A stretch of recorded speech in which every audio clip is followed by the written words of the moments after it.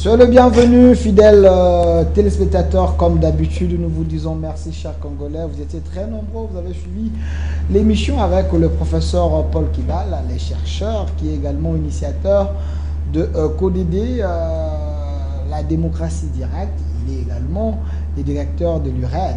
Lui, c'est un chercheur, professeur. Il a écrit également un livre sur le panafricanisme renouvelé ou rénové. Hier, j'étais avec lui, vous étiez très nombreux, vous m'avez demandé d'aller chercher les sages, l'homme intelligent, l'aigle de l'Afrique, M. Norbert Yamba Yamba, le panafricaniste, enfin, que vous soyez aussi éclairé par rapport à ses analyses, malgré ses multiples occupations, parce qu'il aime l'Afrique, il veut le développement de l'Afrique, du monde et de la République démocratique du Congo. Il a accepté de venir. M. Norbert Yamba Yamba, soyez le bienvenu. Merci Dauphin pour l'invitation. Je pense que ce sujet est assez intéressant. Il est important aujourd'hui qu'on puisse parfois délocaliser le débat autour des problèmes stratégiques qui peuvent véritablement aider notre pays à être boosté. Bon, je te félicite pour cette manière, cette vision futuriste de voir le fonctionnement de notre pays comme le socle, la base de l'oxygène qu'il faut inoculer à l'Afrique pour qu'elle puisse décoller. Voilà, c'est pourquoi j'ai accepté de venir compléter par rapport aux différentes propositions qui ont été formulées par le professeur Kibal de l'IRED. Voilà. Alors, Monsieur Norbert Yamba Yamba, avant de toucher les fonds de notre sujet, nous allons également placer un mot sur la nécessité du changement de la Constitution ou pas, parce que ça aussi, ça fait couler beaucoup d'encre et salive. Il y a des pays africains, il y a également certains présidents en Afrique qui changent de constitution. Pourquoi la RDC n'a pas le droit de changer sa propre constitution si la population estime que cette constitution elle est déjà constipée.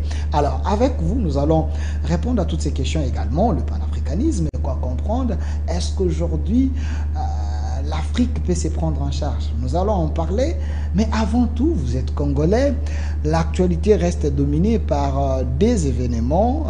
Le premier, c'était l'atterrissage retardé du chef de l'État, pour ne pas dire raté, mais retardé du chef de l'État. Le voici en disant c'est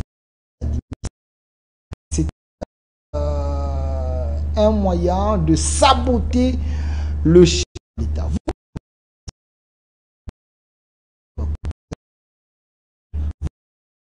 Alors, présidence de la République, votre analyse d'abord. Je voudrais d'abord saluer le président de la République, là où il est, comme je lui ai toujours dit que son pouvoir est providentiel et qu'il n'est pas là, il a voulu ainsi, pour traverser passe et très rassuré. C'est comme ça que je remercie dans un premier temps notre Dieu créateur qui, par sa divinité, a bien voulu que finalement le président atterrisse dans une situation très controversée, dans une situation très difficile.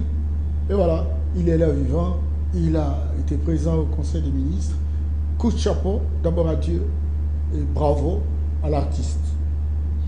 Alors, par rapport à ce qui lui est arrivé, cela montre très clairement un peu de dysfonctionnement institutionnel que nous avons. Vous savez que une histoire comme l'électricité, une histoire comme l'eau, ou la gestion des aéroports, etc., sont gérés par des établissements publics décentralisés.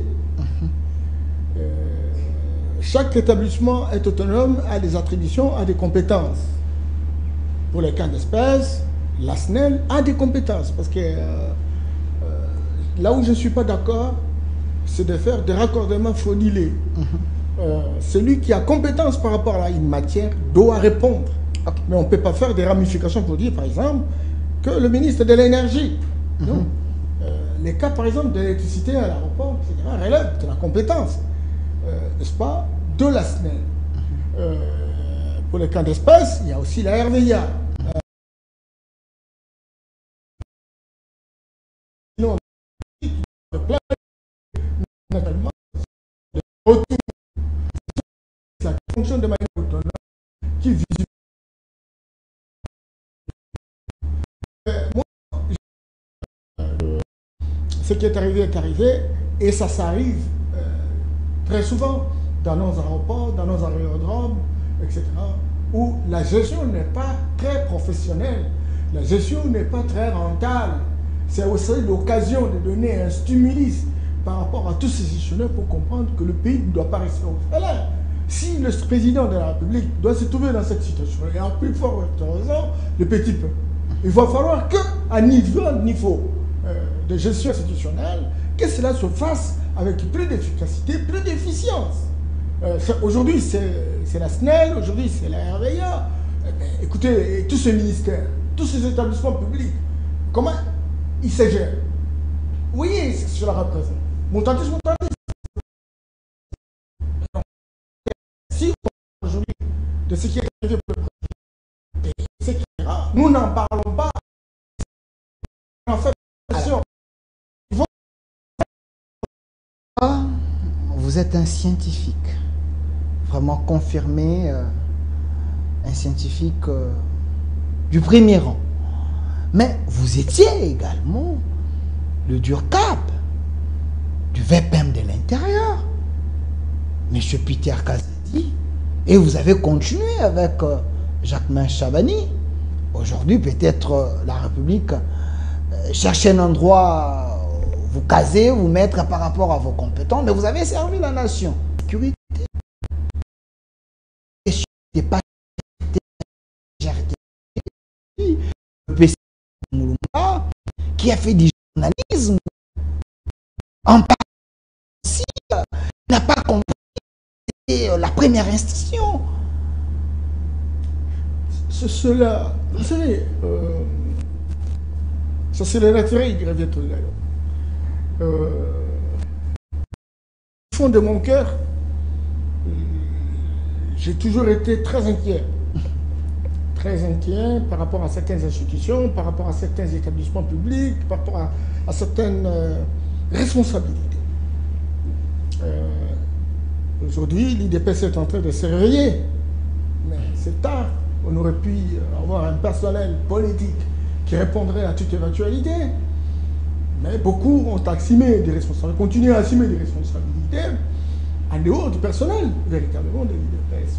Mais s'ils n'étaient pas compétents, on aurait pu véritablement les former. Ça n'a pas eu lieu.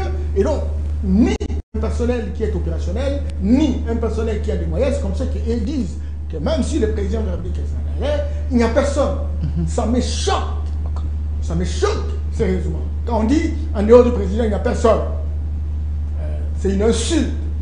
Nous savons que l'UDPS est une machine. Ils ont transhumancé.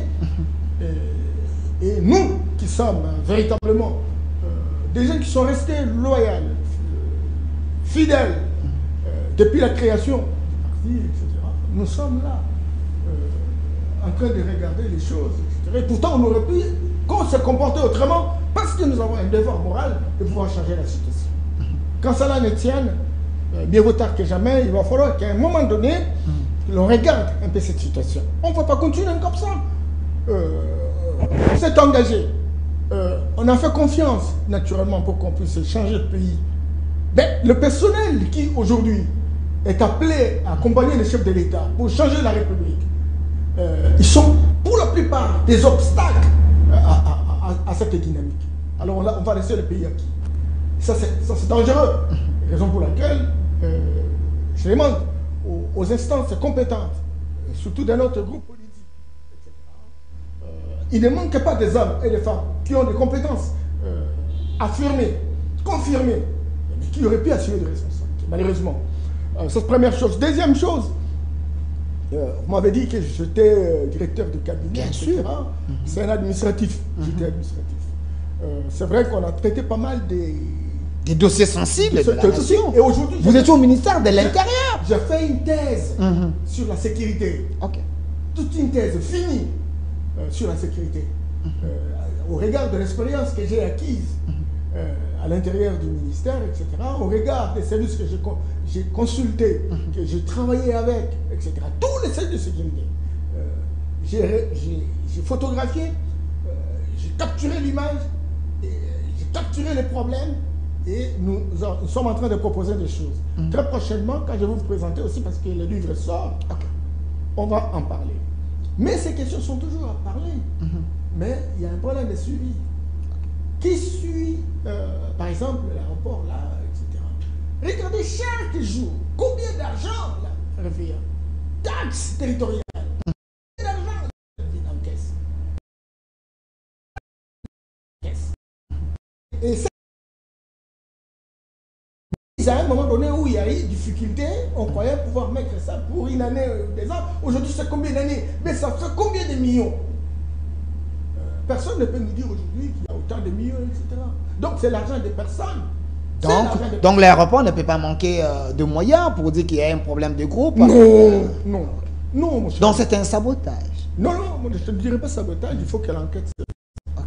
Parce que sur le chef de l'État, il ne faut pas prendre le risque de dire des choses invraisemblables alors qu'on n'a pas été associé à l'enquête. Mais je me dis que c'est gravissime. Je dis que c'est très grave que le chef de l'État soit soumis à cet exercice difficile. C'est une panique généralisée. Lorsqu'on se trouve en situation où on ne peut pas atterrir et le chef est là, qu'est-ce que ça veut dire? Je ne dis pas que c'est un sabotage, mais je crois aussi à une certaine négligence dans la manière de faire les choses. Alors, monsieur Norbert, cette négligence a construit des racines, a construit un ancrage institutionnel dans notre pays. On en a fait profession et personne ne contrôle personne. Et donc, le terrain de rébellion est très fertile, mais des graines pour y germer bien. Voilà aussi. Alors, c'est la conséquence. Monsieur Norbert Yamba Yamba, quelqu'un, quand j'ai annoncé que je vous reçois, il me dit Yamba Yamba, c'est l'aigle, c'est l'homme qui voit des choses que les autres ne peuvent pas voir. Mais quand ces bandits Nanga dit, là où Tshisekedi vit, je suis là. Là où il fait ses réunions, je suis là. Est-ce que les chefs ne pas mal entourés avec les imposteurs? Non, il faut faire attention. Il y a ce qu'on appelle la communication incendiaire pour construire une dynamique, changement psychologique de l'adversaire, de décourager. Parce que, croyez-moi, on a un entourage. Et quand on vous dit que dans cet entourage-là, et donc, j'ai des gens. Vous allez commencer par votre épouse, vous allez commencer par vos enfants, finalement les collaborateurs, compagnie, etc. Ça veut dire quoi? Ça veut dire qu'on vous pousse à vous éloigner de vos hommes de confiance. Mais cela n'exclut pas qu'il y ait telle ou telle personne qui travaille pour le compte, parfois l'ennemi, il faut le dénicher. Mais il ne faut pas non plus généraliser, parce qu'on risque de prendre des décisions qui seraient très stratégiques, mais qui éloignent le chef de la réalité. Parce qu'il n'y aura plus personne pour lui dire quoi que ce soit, parce qu'il va suspecter tout le monde. Et ça, c'est le travail de l'ennemi, de l'adversaire, qui souhaiterait véritablement mettre le chef à cet état pour qu'il puisse ne pas avoir de vrais collaborateurs, parce qu'on va suspecter tout le monde. Donc, il faut le faire avec réserve, mais il ne faut pas non plus négliger. Il faut savoir mettre en place les services qui doivent véritablement suivre les uns et les autres et éventuellement savoir s'il y a des infiltrés. Alors, M. Norbert Mbemba, prenons la deuxième question parce qu'il y a une thématique prévue. C'est important. Vidons d'abord les arriérés de l'opinion parce que Yamba Yamba, c'est une tête bien faite de la République. Vous avez à consulter plusieurs personnes, ou vous-même, on vous consulte pour des questions importantes du développement, des questions de gouvernance. Vous avez quand même suivi plus de 235 signatures de députés nationaux pour déchoir le président de la deuxième institution de la République, M. Vital Kamerhe. Les autres pensent que certaines prises de position du président de l'Assemblée nationale ne correspondent plus, n'est plus dans la ligne du chef de l'État. Pensez-vous que Vital Kamerhe est encore important pour l'union sacrée, pour le chef de l'État? Cher Delphin, nous sommes dans une société très complexe, très complexifiante. Nous avons un personnel politique qui a traversé plusieurs zones de turbulence et de régime. Il existe une science aujourd'hui récente, en vogue, je crois vous l'avoir dit une fois, la manchémologie. Et la manchémologie, c'est une science qui étudie non seulement les événements, mais les différentes étapes traversées par la personne dont on veut évaluer. Et les différentes étapes supposent les différents régimes. Et dans cette manchémologie, il y a des savants, il y a Kaliba, il y a José Eduardo Manto qui est un Angolais. Tous deux ont travaillé pour dire ce que fait la personne aujourd'hui. Ce n'est pas le résultat de ce qu'il représente aujourd'hui, mais c'est la combinaison des acquis des différents régimes qu'il a traversés et qui font qu'il peut se comporter telle ou telle manière parce qu'il a difficile à lâcher prise par rapport au comportement, aux attitudes, à l'état d'esprit qu'il a acquis dans les différents régimes, même si le nouveau régime met en place des garde-fous.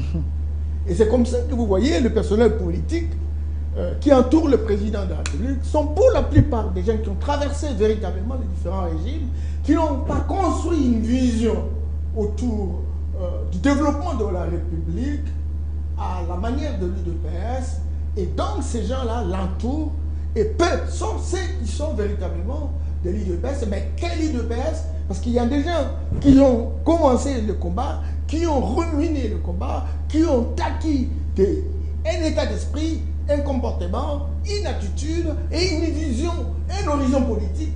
Ces gens-là ne sont pas beaucoup aux côtés du chef de l'État. Et donc, la plupart, aujourd'hui, sont des personnes recrutées et qui ont traversé véritablement plusieurs régimes, et ils ont leur comportement, et de temps en temps, le réflexe est de répercuter ce comportement à la différence de ce qu'aurait pu véritablement être par rapport à la vision du président de la République, qui a été fomentée dans la manite d'une vision politique, des gens qui ont véritablement défié un pouvoir dictatorial que nous avons connu. Donc, personnellement, tout en sachant véritablement que chacun de nous a des manquetants et des manquetums, des séquelles des différents régimes, pour le cas de Caméré, moi je pense que Caméré est l'allié du président depuis. Ils se sont entendus pour un certain nombre de choses. Il est capable d'une institution plus valide. Je pense que aujourd'hui, ça c'est mon avis personnel, le président de la République a beaucoup de choses à gérer. Il y a les ennemis qui se trouvent à l'Est. Et le président ne doit pas ouvrir plusieurs fronts. Il ne doit pas non plus donner la possibilité à certaines personnes de se retourner contre lui.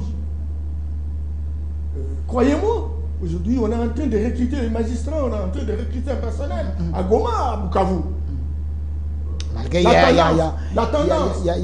y a une déclaration de la magistrature, donc au Conseil supérieur de la magistrature, qui a dit que c'est des non-sens. Oui, des non-sens, mais il parle ici à Kinshasa, là-bas ça se réalise. Okay. La crainte, c'est qu'il ne faut pas augmenter le nombre de ces gens. Et aujourd'hui, plus que jamais, parce que nous sommes en train de vouloir traverser la zone de turbulence dans une diplomatie agissante, je ne pense pas que l'on puisse créer encore un autre front autour de Caméré, qui est très stratégique. Et qui, vous l'avez entendu, dans un discours ouvert à l'Assemblée nationale, il demande pardon, mais il reste loyal au président de la République et surtout à la nation. Certaines erreurs sont là, certes, on peut le gérer. Et le président a la capacité de gérer ça. Mais les autres pensent que Caméré n'a jamais été sincère. Si je peux vous rappeler la parole de Olengankoy qui a dit ce qui sort dans la bouche de Vital Caméré, qui peut être vrai, ce n'est que le bonjour. Il semble que Kamere, c'est un vrai dribbleur pour les autres. Est-ce que vous pensez qu'il est réellement loyal, il est sincère, ce n'est pas un Mais imposteur? qui est sérieux dans cette classe politique? Dis-moi. Tu côtoies cette classe politique. Ouais. Qui peut dire qu'il est sérieux? Qui? Cher ami, vous savez, ça choque. Il avait deux fois, moi je dis, mais nous on s'est investi, on s'est battu, on a acquis des attitudes, on s'est dit, bon, il faut changer le pays, mais il faut avoir tel comportement, etc. Mais aujourd'hui, il n'y a que des imposteurs. Bon, je me suis dit beaucoup, c'est trop fort. Beaucoup sont des imposteurs. Beaucoup. Et je vous dis, ils ont traversé plusieurs régimes. Donc, si à un moment donné, Olenga Koyi a considéré Kamere comme un menteur, mais et aussi qui ont fragilisé l'association qui a... À l'époque de Chibala et... oui, ouais. Mais c'est eux qui ont fait ça. Rassemblement. Les rassemblements. Ouais. Mais ils ont fait comment? Ils ont fait comment? Oui, donc, aujourd'hui, plus que jamais, nous sommes en train de traverser une zone où il n'y a plus du personnel politique qui frise un retard d'adolescence, qui pose des actes parfois incontrôlés, mais il faut le gérer.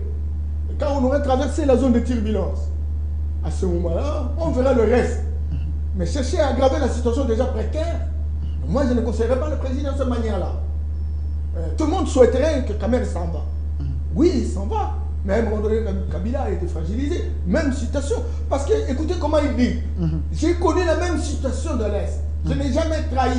Mais j'ai été injecté comme président de l'Assemblée. Et cela refait surface. Il ne faut pas lui donner raison. Il ne faut pas lui donner raison. Gérons tout ça. Un homme, un chef, excusez, c'est sa capacité de faire les arbitrages. C'est sa capacité de gérer les contradictions. C'est sa capacité de gérer les désaccords. Et les chefs en ont ces capacités-là. Monsieur Norbert Voilà. Mbemba, est-ce que Vital Kamere, c'est le seul Congolais important de l'Est? Parce qu'il y a aussi des têtes bien faites là-bas. Parce que si il y a la méfiance envers un partenaire, le partenaire qui est prêt même à vendre votre âme, est-ce qu'il faut les garder parce que sur le plan stratégique, il ne faut pas ouvrir plusieurs fronts du moment que votre vie peut-être est en danger avec ses partenaires? Oui, c'est ça, mais il faut des faits, il faut des preuves. Parce que croyez-moi, vous savez, les institutions sont mises en place dans un système de surveillance mutuelle. Okay. Les institutions, ce n'est pas un casier de bière, un casier de prémices dans une pensée unique.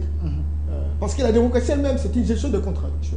Okay. Et donc, quand une institution peut s'exprimer, je reprends le terme du président, c'est la vitalité démocratique. Et donc, moi je ne pense pas que ce soit une question de méfiance ou de faire du mal, etc. Certainement que Kamere, d'habitude, est un ambitieux. C'est un ambitieux, ça c'est évident. Surtout qu'ils sont partis à partir de Nairobi, ils se sont entendus, etc. Et sa vision, c'est d'être président un jour. Et puis bon, voilà, donc il peut poser certains actes, parfois incontrôlés, certes, mais qui correspondraient à sa vision.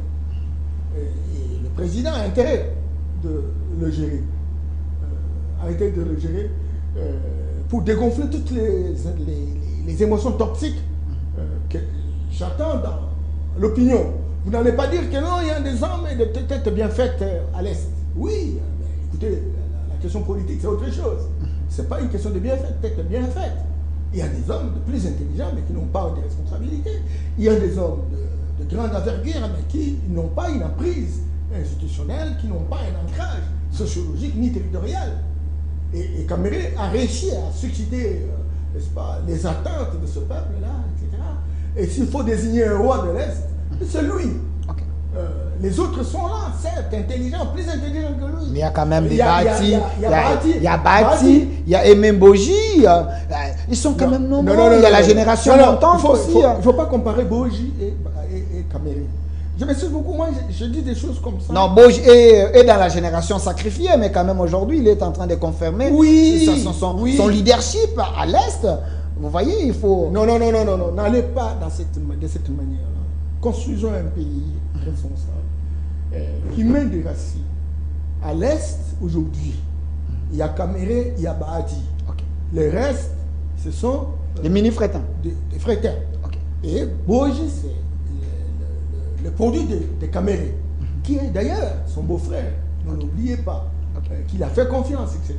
Malgré pas les évolutions négatives aujourd'hui. Quand cela ne tienne, donc moi mon problème, ce n'est pas de dire tel est plus que tel. Mon problème, c'est de dire au président que le moment n'est pas opportun pour que finalement on puisse mettre de côté Caméré. On risque de créer de nouvelles alliances, de nouvelles répercussions, etc. Et qui risqueraient de donner l'impression que voilà, on s'est trompé d'adresse. Merci, M. Norbert Yamba. Je précise que Norbert Yamba, c'est une tête bien faite de la République démocratique du Congo et de l'Afrique. Hein. Il est consulté un peu partout dans le monde parce que c'est un développeur, si je peux le dire. Il fait développer les choses. Hein. Vraiment, je l'aime beaucoup. Quelqu'un m'a dit, quand vous recevez Norbert Yamba, cette émission devient un sujet de dissertation pour moi. Alors, M. Norbert Yamba, j'ai été acculé, j'ai été dérangé, attaqué, offensé par le public après avoir reçu le professeur Paul Kibal qui nous a parlé de du panafricanisme rénové avec ses méthodes. L'émission est déjà dans notre ligne, dans notre chaîne YouTube. Mais une question directe, M. Norbert Mbamba. Y a-t-il une différence entre le panafricanisme que vous présentez et le panafricanisme rénové? C'est quoi la différence? Le professeur Kibal, que j'ai suivi sur YouTube, il parle de panafricanisme rénové, mais il résume le panafricanisme rénové à une certaine démocratie directe. Ok. Et l'ancien panafricanisme, c'est la démocratie indirecte qui fait qu'on a des élites, compagnie, etc. Et moi, j'ai une nuance au niveau de son approche. Ok. Le panafricanisme n'est pas essentiellement la démocratie rénovée. Vous dites? N'est pas essentiellement la démocratie rénovée. Parce que la démocratie ordinaire ou rénovée, cette démocratie-là, elle est importée. Or, le panafricanisme lutte contre l'importation. Ok. Importé pourquoi? Parce que c'est la démocratie. Et il dit il faut mettre en place des communautés territoriales pour faire une démocratie directe. Que les gens votent directement. Et qui en mettent en place un gouvernement des experts. Tout cela a été expérimenté. Tout cela n'a pas donné des solutions. Donc c'est pas nouveau. Non, c'est pas nouveau. C'est du déjà entendu. C'est du déjà entendu. Comment ça? Démocratie directe. Mais écoutez, la Grèce a commencé par démocratie directe. Aujourd'hui, nous sommes 120 millions d'habitants. Comment vous allez faire une démocratie directe? Pas des représentants qui sont des experts, des porte-parole, mais c'est la même chose, ce que nous faisons en ayant des députés. Parce que nous avons des types de démocratie. Il y a la démocratie participative et la démocratie représentative. La démocratie représentative, c'est qu'on a des élus à différents niveaux. Quand il dit choisissons un porte-parole, mais c'est un homme qui est élu. Un porte-parole de la communauté. De la communauté, voilà. Mais c'est ce que nous faisons. Mais quand on élit quelqu'un dans la commune de Kimbaségué, il est porte-parole de la communauté de Kimbaségué. Quand on élit quelqu'un de Mbujimaï ou je sais pas, de la circonscription de Lukunga, compagnie, etc. Ils sont des représentants. C'est ce que lui appelle démocratie rénovée. Il n'y a pas de rénovation parce que la démocratie représentative reste depuis plusieurs siècles. Et donc, il aurait pu, et c'est là justement la différence avec le professeur Kibal. Moi je dis, rénover ou pas rénover, elle est fondamentalement importée et ce sont des attitudes occidentales qui n'ont rien servi pour nous. Rien servi? Rien pour servir, au contraire. Vous voyez ce qu'on est en train de faire. On met en place les élections, on a un président, mais il y a une rébellion. Tu vois? Il y a une rébellion. Il faut écouter comment les gens parlent lorsqu'ils parlent du président de la République. Ça, c'est pas notre coutume. Ça, c'est pas notre culture. Notre culture était comment? Notre culture, c'est le respect du chef. Notre culture, c'est la valorisation de ce que représentent nos acquis culturels internes. Donc, le professeur, ce qui lui manque aujourd'hui, c'est qu'il faut sortir de ce paradigme occidental, qui est un paradigme colonial, dominant, pour aller vers un paradigme afrocentriste. Et afrocentriste essentiellement en photographiant les héritages traditionnels pour dire comment nos ancêtres vivaient, quelle était l'organisation politique à l'époque, comment nos scientifiques, nous pouvons scientifiser, moderniser et théoriser. Et moi j'entendais de lui en tant que scientifique de scientifiser un modèle. Alors maintenant, au lieu de capturer les héritages traditionnels, pour essayer de scientifiser et trouver véritablement des alternatives autour de ça. Et donc, il est resté tombé sur la démocratie importée qui n'a du reste pas donné des résolutions. Voilà. Donc, quand vous l'écoutez, vous sentez quelqu'un qui est en train de chercher une voie de sortie, mais le prof doit davantage travailler pour quitter la vision hérocentrique qui part d'une démocratie ordinaire, démocratie rénovée, qui croit que sa démocratie est l'idéal civilisationnel. Aujourd'hui, c'est démontré qu'il se faux et archi-faux, il y a divorce à certaines cultures. Et donc, il faut revenir à notre culture pour dire quel est le niveau d'organisation qui correspondra véritablement à notre héritage traditionnel. Parce que vous parlez de ces niveaux d'organisation, il a proposé hier ici, quand il dit qu'il faut avoir un gouvernement des experts. Donc, en quelque sorte, il dit on ne peut pas nommer quelqu'un dans un ministère si il n'est pas de ce secteur. Il dit un gouvernement des experts. Est-ce que ça ne serait pas une solution efficace au problème de ce Grand Congo? Vous savez, nous sommes dans une approche multiniveau. En situation complexe, réponse complexe. Par exemple, il avait donné un exemple ici au ministère de l'enseignement supérieur. On avait nommé un médecin. Comment expliquer? Si on avait... Je l'ai suivi, il a même dit que c'est un gradué. Un gradué, voilà. C'est pas ça. C'est pas les niveaux. Comment? On a nommé plusieurs professeurs dans ce ministère-là.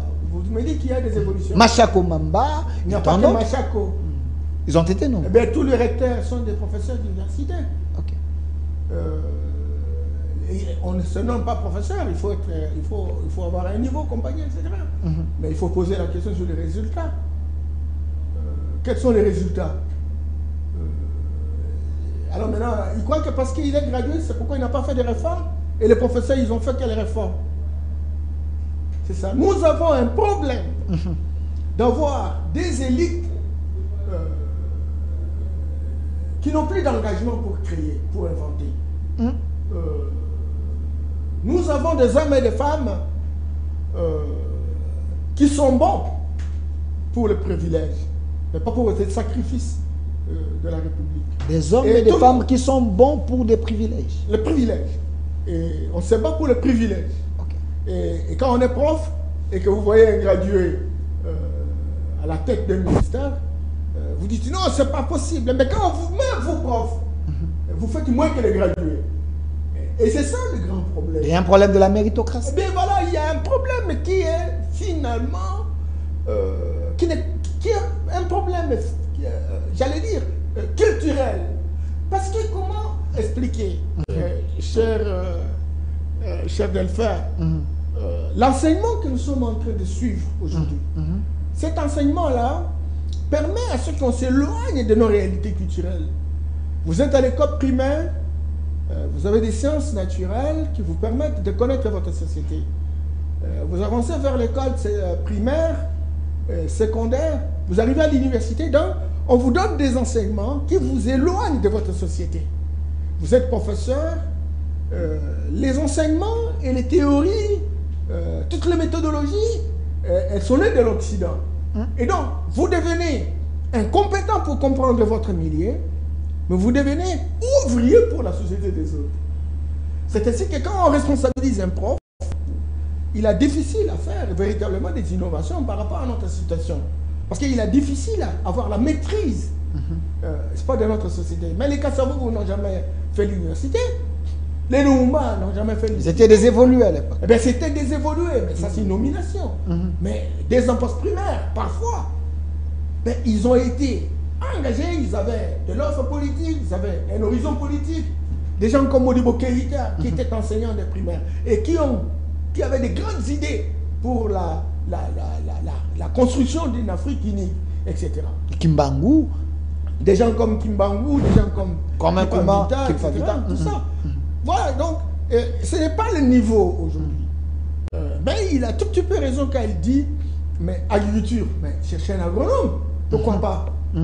Parce qu'il est censé mieux connaître cette question, ne serait-ce que dans la transition. Parce que j'ai vu en Inde, pour être médecin, pour être ministre de la Santé, on cherche quelqu'un qui est guérisseur traditionnel, qui a étudié. Ok. Et qui donc il y a la connaissance, il y a aussi des plantes avec leur vertu médicale. Et l'idée c'est que cet homme vienne et qu'il puisse justement promotionner la médecine dans la souveraineté indienne. Ok. Pour ne pas continuer à importer des médicaments ailleurs. Donc garder les valeurs culturelles. Culturelles. Vous avez par exemple quelqu'un de la recherche. Il faut qu'on prenne un génie. Celui qui est capable d'inventer et qui pousse aux autres d'inventer. Vous ne pouvez pas avoir des universitaires, etc., incapables d'inventer. Ils sont dans la compilation, ils sont dans la récitation, ils sont dans la répétition. Mais ailleurs, la tradition ou l'esprit de nos ancêtres permet à ce que la génération actuelle puisse inventer. Mais chez nous ici, mais pourquoi ne pas faire l'école de Mwandantseni, lui qui inventait un peu de choses? Pourquoi ne pas prendre tous ces chefs coutumiers, prendre leur intelligence, transformer ça pour le développement de la RDC? Chez nous, c'est plus la volonté de nuire au lieu de... C'est ça le grand problème. Regardez tout le travail que nous faisons depuis les années 80 pour connaître notre société et proposer des choses pour notre société. Et dans un pays comme par exemple la France, lorsqu'on nomme un ministre de la culture, c'est un grand monsieur. Okay. Parce que c'est le soubassement, c'est le socle. Ici chez nous, la ministre de la culture, c'est essentiellement pour faire la musique, inviter les musiciens. La culture est vaste. Hein? C'est plus vaste que ça, les musiciens. Leur musique, là, ça porte quoi dans la société?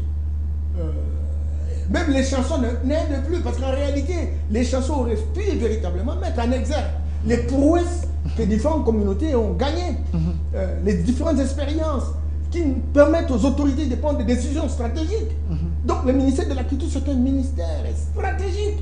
Mais on fait quoi? Et qui a... Regardez, même au niveau du fonds, fonds de promotion culturelle, compagnie, etc., on nomme qui? Pour faire quoi? Pour entendre quoi? Et ça, c'est le problème. Le ministère, par exemple, de l'éducation. De l'éducation, tourisme aussi. Tourisme, l'éducation. Mais comment vous pouvez avoir un personnel, une élite qui est désintégrée, qui est désarticulée, qui est démolie avec une culture qui vient d'ailleurs et qui croit avoir un privilège d'avoir beaucoup étudié et pourtant il est inutile, il est incompétent pour transformer. Les gens qui ont étudié à Harvard, les gens qui ont étudié dans les universités plus avancées, mais ces gens-là peuvent nous amener un peu les expériences. Non, mais écoutez, Harvard, il faut arrêter. Il y a 3 composantes dans la formation dans les pays, dans des grandes universités comme Harvard. Et il y a la composante théorique, c'est-à-dire que vous avez la théorie des gens qui ont travaillé durement, et vous avez la partie pratique, et vous avez la partie spirituelle. L'initiation. Okay.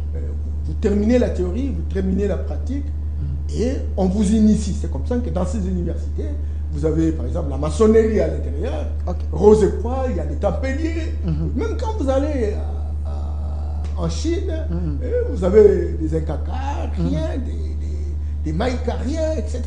Et au niveau de la spiritualité plus élevée. À l'Université libre de Bruxelles, je crois, il y a des maçons. Et ça se fait à ciel ouvert. C'est une initiation pour vous permettre d'avoir des connaissances, même au-delà du physique, vers la métaphysique. Okay. Et nous c'est la théorie et la pratique. Quand on a bloqué, on vous donne votre diplôme, vous êtes content d'avoir conquis les savoirs, mais vous ne connaissez rien. Donc nous avons des porteurs de diplômes, mais pas des hommes capables à transformer la société. Nous n'avons pas de scientifiques, nous avons des commentateurs scientifiques. Vous dites? Nous n'avons pas de scientifiques, nous avons des commentateurs scientifiques. Vous risquez de vous attirer des problèmes avec les professeurs de Kinshasa. J'ai reçu mission de le faire au risque péril pour ma vie. Voilà. Des commentateurs scientifiques. Des commentateurs scientifiques. On commente la science des autres. Je suis professeur des universités. Ça veut dire quoi? C'est un grade. Vous enseignez là. Vous enseignez. Est-ce qu'à l'université il y a non, la sommité de la connaissance. Arrêtez. Est-ce qu'il y a des inspecteurs qui contrôlent ce que vous enseignez? Vous voyez, donc ça devient du charlatanisme. Du charlatanisme. J'allais dire de l'imposture politique, morale et intellectuelle. Mais si vous regardez le nombre d'étudiants ou le nombre de diplômés qu'ils pompent dans la société pour transformer la société, vous pensez que c'est du gâchis? Mais vous voyez, nous sommes descendants, non? Au fur et à mesure qu'on produit des agronomes, la faim augmente. On produit des médecins, les maladies augmentent. Vous avez vu le Covid-19 ici. Nos médecins sont incapables. Ils disent c'est nouveau. Ça veut dire quoi? Ça veut dire en fait qu'ils ont emmagasiné les connaissances de l'Occident. Et quand il y a quelque chose de nouvel, ils sont incapables de soigner. Or, nos ancêtres, lorsque vous êtes dans un village, il y a une nouvelle maladie, qu'est-ce qu'on fait? Eh bien, on entre dans la forêt, on demande, on fait des incantations, on vous montre la fée qui guérit et vous ramenez et la paix revient au village. Mais nos médecins comme nos pharmaciens sont dans une logique de mémorisation et que même s'il y a quelque chose de nouvel qui arrive dans la société, ils sont incapables de prendre des décisions stratégiques parce qu'ils n'ont pas étudié ça. Vous voyez? Et c'est ça ce que nous disons, que maintenant plus que jamais, il faut qu'il y ait des grandes réformes à l'intérieur de l'enseignement où on essaie de capturer nos héritages traditionnels, on essaie de voir ceux qui sont des gardiens véritablement de ces différentes connaissances. En médecine, on n'étudie même pas Imhotep, on étudie Hippocrate, qui a été l'élève d'Imhotep, qui est un Africain noir de charbon. Oh, des serments d'Hippocrate. Mais voilà. Donc, nous avons des pygmées qui connaissent beaucoup de choses. Moi, j'ai des fils qui sont médecins. Je suis tellement forestier, et chez moi, il y a plein d'arbres. Et j'ai planté ces arbres en fonction de leur vertu médicale. Mais les enfants ne connaissent pas. Et moi, l'exercice que je fais, comment tu es médecin, tu ne connais pas aucun arbre, aucune vertu, aucun arbre, aucune plante de chez nous. C'est gravissime. Et c'est comme ça que dans mon programme, des fois vous allez arriver, je suis vraiment désolé parce que je ne sais pas mendier de l'argent. Mais j'ai mis en place une structure de formation panafricaine où il y a une partie pour créer ce qu'on appelle la clinique mixte. Et la clinique mixte pose la problématique d'un travail inclusif, des médecins modernes et des médecins traditionnels. Et ensemble, les médecins traditionnels apportent, n'est-ce pas, les héritages que nous avons et des plantes averties. Et les médecins modernes, avec les laboratoires, on essaie de scientifiser, de mesurer les doses, etc., pour permettre de soigner à la fois moderne et traditionnel. Ça, c'est un exercice. Et ça doit être fait par le ministre, soit de la recherche scientifique, de la santé, et ensemble avec la recherche scientifique, y compris le ministre de l'enseignement et de la culture. Il faut qu'il y ait un arrêté interministériel qui permette de mettre en place, de mettre en route. Ça, ce n'est pas la préoccupation. Les gens sont dans les déclarations, etc. Les gens, parce qu'effectivement, il n'y a pas un critérium d'appréciation des performances de tout chacun, donc le terrain devient très fertile, ou même des graines pourries germent bien. Merci. Monsieur Norbert Yamba, je vous sens, vous êtes un vrai patriote, un vrai scientifique, l'Africain des valeurs, mais tout ça, ça ne peut pas se réaliser parce que nous sommes dans une prison à ciel ouvert avec les constitutions ou nos constitutions de l'Afrique qui ne reflètent pas nos valeurs, nos us et coutumes. Chaque pays d'Afrique est obligé de changer ses constitutions pour adapter nos constitutions par rapport à nos problèmes. C'est ça le défi. On doit prendre des décisions stratégiques et courageuses Moi, j'ai horreur quand j'écoute les constitutionnalistes formés à l'occidental, etc. Vous dites. Des constitutionnalistes formés à l'occidental, qui ont tendance à croire que c'est l'idéal civilisationnel. Et ils sont fiers, en disant nous sommes des constitutionnalistes. Les droits gréco-romains, les droits romano-germaniques, et les gens sont contents de tout ça, sans savoir capturer ce que représente notre société, sans savoir capturer ce que représente nos héritages traditionnels. Et on a mis en de constitution parce qu'il faut imiter la France, parce qu'il faut imiter la Belgique, les États-Unis, compagnie, etc. Il n'y a pas de rupture. Comment voulez-vous, sincèrement, mon ami Delphin, la France, certes, il n'y a pas longtemps, c'était un mandat de 7 ans, renouvelable une fois. Mitterrand a fait 14 ans, 7 fois 2. Discussion qu'il y a eu à 95 entre Chirac, à 2002 entre Chirac, 95 entre Chirac et Jospin a poussé à ce qu'on réduise à 5 ans. C'est comme ça que depuis 2002, c'est 5 ans. Donc Chirac a fait 12 ans, 7 plus 2, plus 5, etc. Et depuis lors, on a fait 5 ans. Alors, tous nos constitutionnalistes disent, mais pour être démocrate, il faut avoir 5 ans. Attention, la France a quelle population? 67 millions d'habitants. La France a quel budget? 400 milliards de dollars. 400 milliards. Et la France a quel produit intérieur brut? 3 000 milliards. 3 000 milliards. 3 000 milliards. Et alors? PIB. Et PIB. Et nous, Congo, à peine avec le président Tshisekedi, on a 70 milliards de PIB. Et on a un budget de 18 milliards. Encore qu'il faut mobiliser les ressources.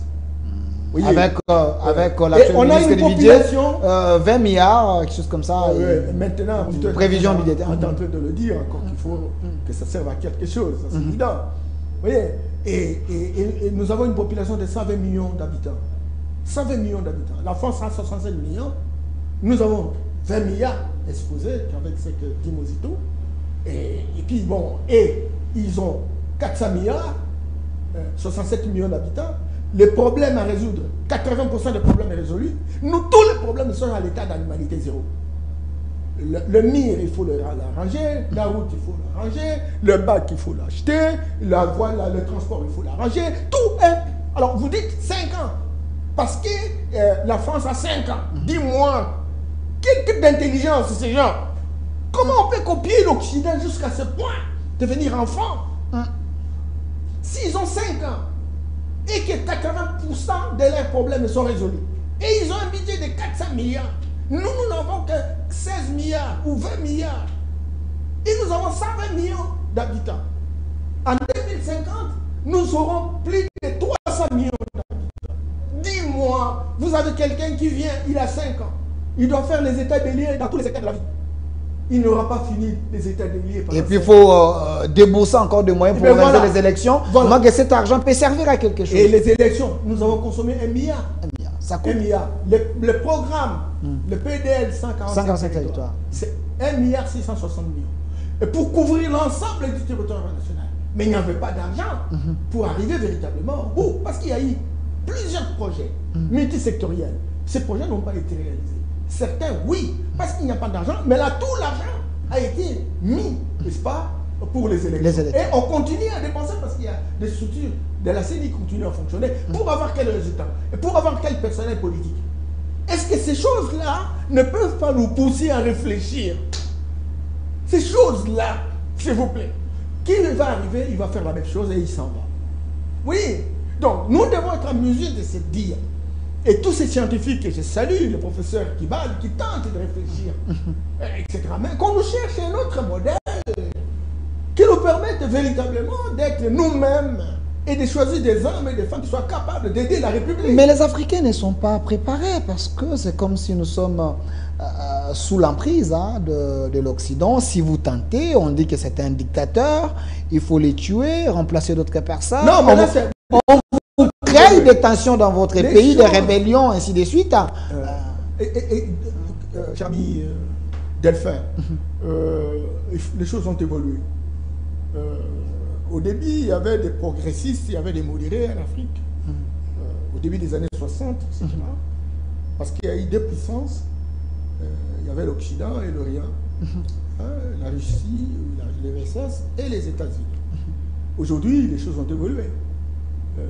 Parce qu'à un moment donné, le seul directeur du monde, c'était les États-Unis. Maintenant, il y a résurgence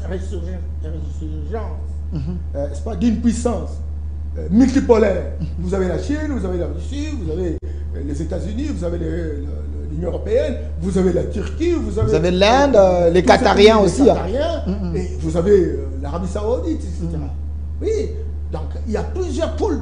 Et vous ne laissez pas l'Inde, vous ne laissez pas l'Indonésie. Oui. Brésil aussi. Et puis le Brésil, la Corée du Nord, la Corée du Sud. Donc il y a émergence multipolaire. Et donc c'est l'occasion pour les Africains de chercher des méthodes, de chercher des alternatives. Mais nous, on n'est pas là. On est dans des petites choses. Tu vois. On est de profiter maintenant de faire des réformes parce que nous n'avons plus de surveillants devant nous. Beaucoup de nos compatriotes burkinabés, nigériens, maliens, etc. sont en train véritablement de chasser toutes les puissances d'argent. Ils ont réussi véritablement à asseoir leur propre économie.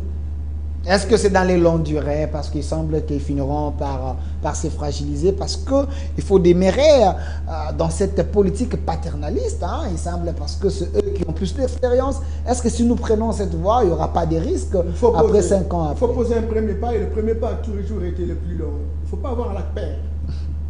La peur, c'est un handicap terrible. Un prof nous disait, et maintenant je salue, paix à son âme, Thérèse Mémoire, professeur de l'université de Laval, il nous disait que ce n'est pas parce que c'est difficile que l'on n'ose pas. C'est parce que l'on n'ose pas que c'est difficile. Il faut oser, vous verrez que c'est facile. Nous, on ose. On dit non, ça risque de nous coûter cher. Or, aujourd'hui, comme il y a des puissances multipolaires, nous avons des richesses incroyables, exceptionnelles. C'est comme ça qu'on nous fait la guerre. Alors, mettons-nous debout. Cherchons des hommes et des femmes qui sont capables d'aborder et qui comprennent véritablement les réalités géostratégiques. C'est pas n'importe qui aujourd'hui, dans cette situation, c'est pas de désert, etc., qu'on puisse recruter n'importe qui comme ministre. Excusez. C'est pas le quartier, et même le quartier, vous savez, un pays comme Sao Tomé Principe, c'est un pays énorme. Un pays de 200 000 habitants, un pays de 1000 km².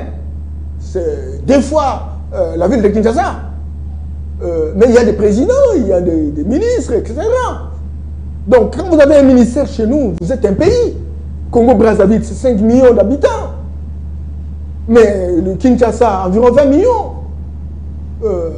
Alors maintenant, si Congo-Brazzaville doit se gérer comment Kinshasa ne peut pas se gérer comme un pays, surtout que nous avons la décentralisation, qui du reste est l'antichambre du fédéralisme. Tu vois ce que cela représente? Alors les gens sont ailleurs, les gens sont à la recherche du raccourci, des privilèges, etc. On oublie tous les défis de la République. Et tous ceux qui ont commencé le combat sont tombés dans cette histoire. Où tout le monde devait devenir véritablement riche et on va voir comment on va relever le pays après. Et nous sommes dans cette situation. Et quand quelqu'un vient, il fait le populisme, alors on dit non, c'est lui. Mais quelle est son offre? Quelle est son offre? Des gens quelle est son horizon politique? Rien du tout. Alors, voilà. Monsieur Norbert Mbamba, on est en train de citer, mais c'est quand même important. Quand j'ai annoncé de vous recevoir, j'allais vous recevoir, les gens m'ont dit, mais monsieur Delphin, pourquoi le pays africain, pour avoir un peu de paix, il faut prendre nos richesses, les céder vulgairement, gratuitement, entre les mains de grandes puissances pour qu'eux puissent venir nous soutenir? Est-ce qu'il n'y a pas moyen de faire les choses autrement, les cas de la RDC?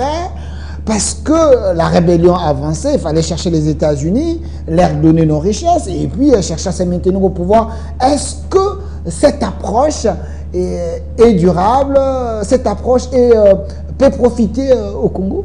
Non, on est mieux servi que par soi-même. On est mieux servi que par soi-même.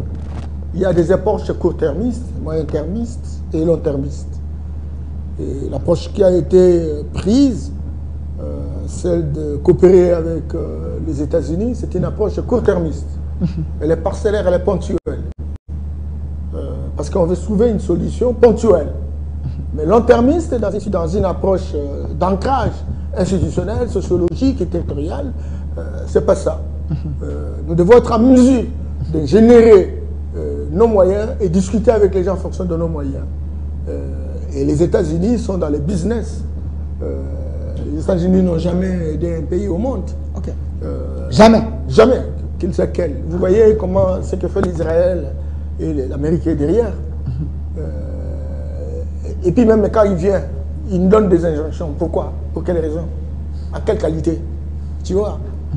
Aujourd'hui, il est connu que il y a 3 sources de richesse.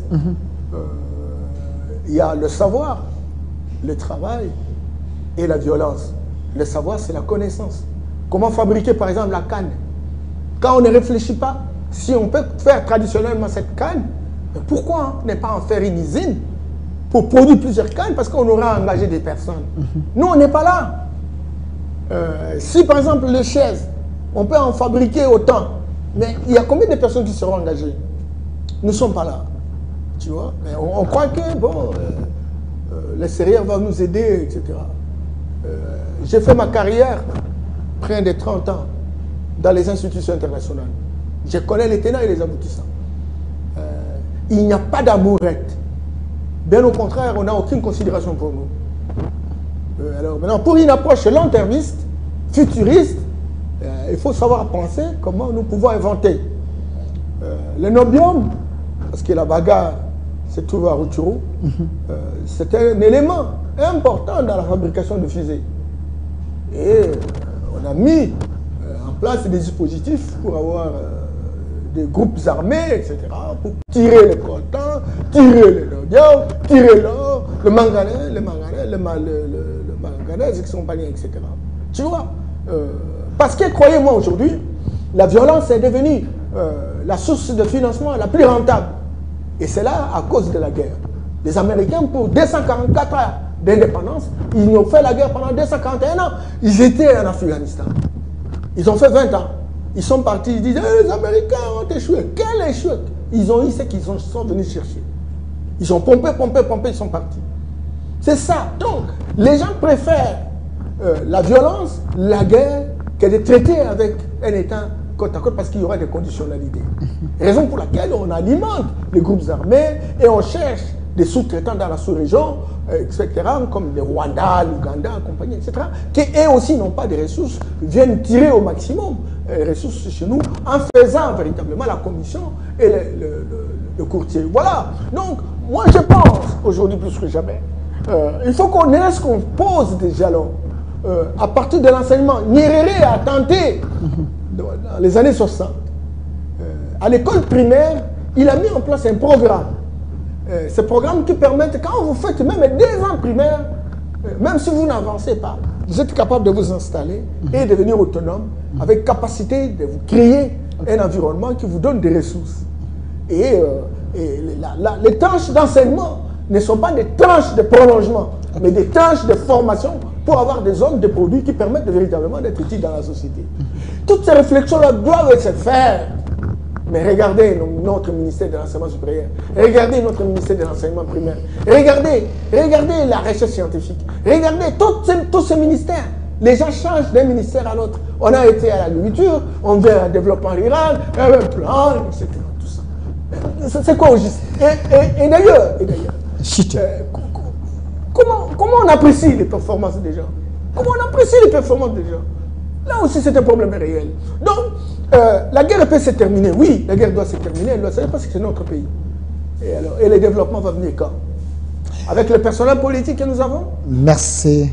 Ça, c'est le problème. Merci, M. Norbert Mbemba. Je veux vous inviter encore pour parler du développement. Je pense, comme je tourne du lundi au dimanche, je dois vous fidéliser, vous donner un jour au courant de la semaine où je dois commencer à vous recevoir pour que nous puissions parler. Parce que des têtes bien faites comme vous, comme ça, il faut vraiment vous donner le micro et l'espace.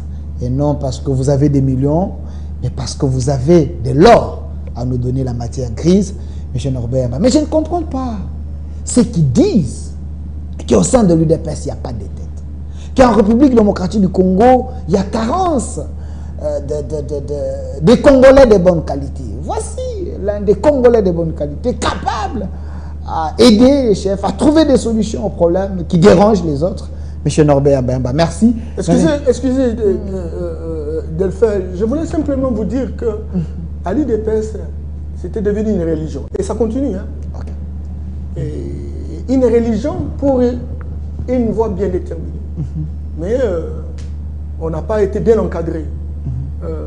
Les gens qui ont pris ce que nous, on aurait pu prendre, sont des gens qui viennent de différents régimes, mais qui n'ont pas le cœur dans l'ouvrage. Et nous, qui avons été fidèles, loyaux, qui pensaient que nous pouvons faire quelque chose, on n'a pas été suffisamment encadré. Et voilà, on est relégué aux second plans, et les autres ont pris le dessus. Et même s'il y a changement de régime, donc nous serons versés dans les oubliettes, dans la poubelle de l'histoire. Et c'est comme ça que moi je lance un appel. Qu'on arrête de faire des conneries. C'est qu'on est en train de voir, tel c'est lui le secrétaire général, tel c'est lui le secrétaire général. Oui, c'est qui se passe au sein de l'UDPS. Il y a des défis. Il y a des défis pour lesquels nous devons nous battre. Aujourd'hui, au Sankourou, quels sont des personnels politiques de l'UDPS qui sont capables de rêver leur vie, même si le chef n'est pas là? Au Maniema, à la Mongala, la Chopo, l'Ubangi, etc. On a, mais maintenant, quand vous avez la banque de données, vous n'avez rien. Non seulement on n'a pas de responsabilité, mais on n'a pas l'argent. Et ceux qui ont l'argent, ce sont nos adversaires, qui deviennent nos amis de circonstances. Alors, on va faire quoi demain? C'est ça.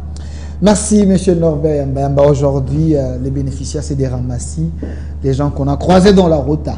Merci, M. Norbert Mbemba, d'avoir répondu à notre invitation. Merci également à vous, fidèles téléspectateurs. Vous l'avez demandé. Il a répondu à votre invitation malgré ses multiples occupations parce qu'il aime les Africains, il aime les Congolais, il a donné la matière. Alors, cette émission peut être pour vous une bibliothèque. Vous pouvez consulter, relire, réécouter. Parce que l'homme sage, l'homme intelligent de l'Afrique a parlé, M. Norbert Mbemba. Merci à vous. Et bientôt, on sera à Dakar pour réfléchir sur l'avenir de l'Afrique, de manière qu'on puisse générer le vrai génie authentique qui permette aux pays africains d'avancer. Et j'ai été choisi comme président du jury pour arriver à faire le livre le plus grand, le plus cher du monde. Merci, M. Norbert. Voilà. Les prophètes, merci à vous. Merci et laissez vos commentaires sur YouTube. Une autre RDC possible. Au revoir.